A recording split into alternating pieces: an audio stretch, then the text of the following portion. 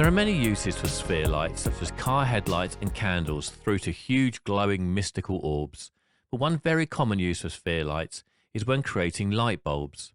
A sphere light is, well, it's just that. A sphere that emits light in 360 degrees outwards from the radius. And as we know, the smaller the sphere light, the sharper the shadows will be, and we can use this to our creative advantage in many cases. And so there's not much more I can say about a ball of light without showing you. So let's have a look at creating a light bulb inside of Solaris. Okay, so here we are again with our trusty Reflectotron robot. And I've altered the scene a little bit just so we can see what's going on initially. So the first thing I did is I increased the exposure of the dome light to 4 just to add a bit more light to the scene, just so we can see what's happening.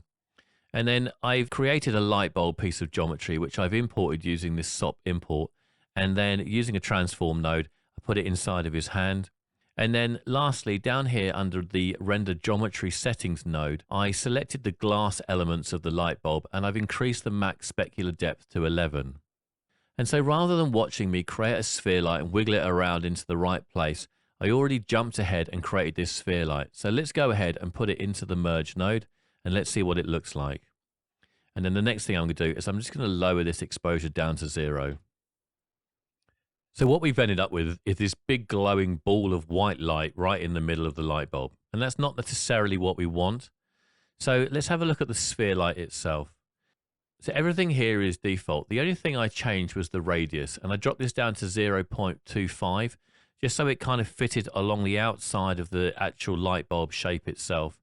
So by default it's actually 1, and you can see that we've got an extra bigger ball of white light. So let's drop this back down to 0.25.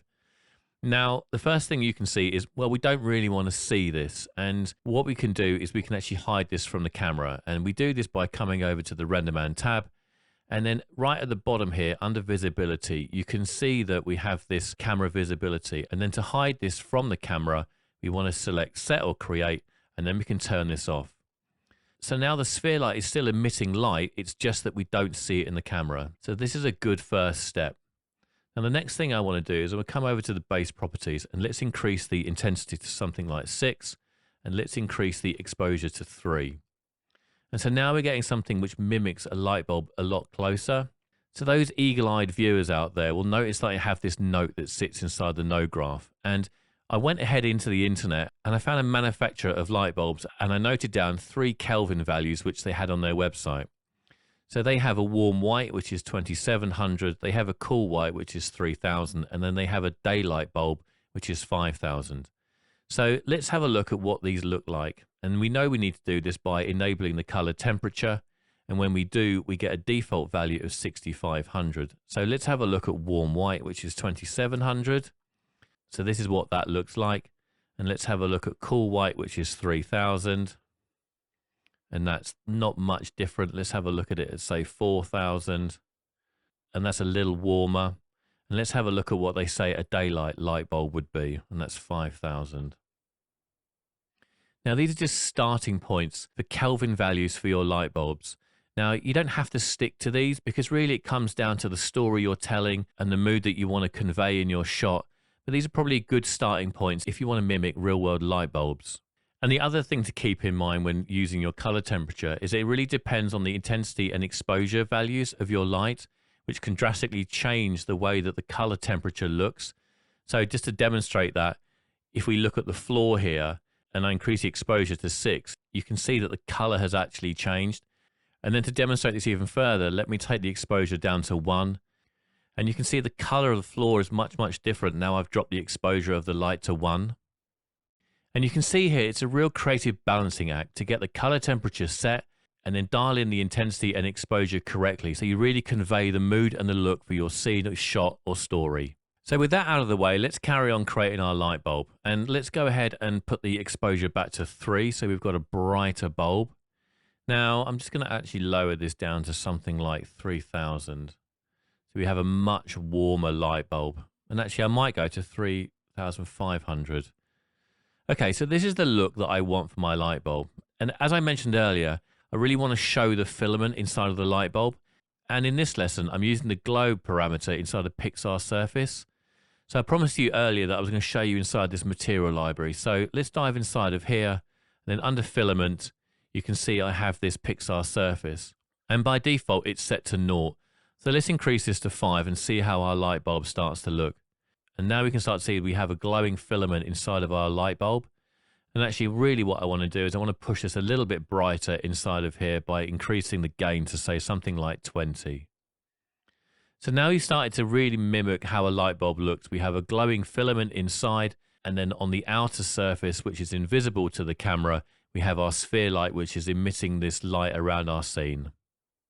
And so for those of you who have watched my lesson on glow in the past, you'll probably tell me that I've already broken the rule that I set, and that's to never set this gain too high because it'll really impact your render times. Well, you're kind of correct to a certain degree, and I wasn't too worried in this lesson about actually render times. I was really just trying to get this filament to actually add a bit of glow parameter. I wasn't worried about it actually casting too much light into the scene. So whilst you shouldn't really push the gain too high because it may actually impact your render times, we'll cover this in a future lesson where we'll actually have a look at how we can replicate this using mesh lights in Solaris. There's a couple more things that I wanted to mention in this lesson about not only just sphere lights, but lights in general. So let's jump back up to the stage. And so the first thing I want to do is select the sphere light. So let's reduce the radius from 0.25 down to 1. And there you can see we've got this smaller sphere light that's sitting inside of the light bulb. And if you haven't watched the lesson on normalized power, I suggest you have a look at that because we're going to tick it on because we've got these quite soft shadows here. And actually you may want your light bulb to be less photorealistic and actually cast much sharper shadows. And we can do this by clicking the normalized power on. And now our shadows have actually got much sharper. And the other thing I want to show you how we can refine this light bulb a little bit further is over in the RenderMan tab. And there are two things that we can do here. One is that we can turn off its visible to refraction. And we do this by pressing on the cog. And then here, visible to refraction, we can turn it off. And so turning off visible in refraction doesn't actually really fix our problem. We can still see the ball of light inside of our light bulb. And so visible in refraction only really works if the light was actually behind this refractive light bulb. So if I moved it behind, you wouldn't actually see it through the refractive material of the glass light bulb. So we can fix our problem pretty simply by using light linking.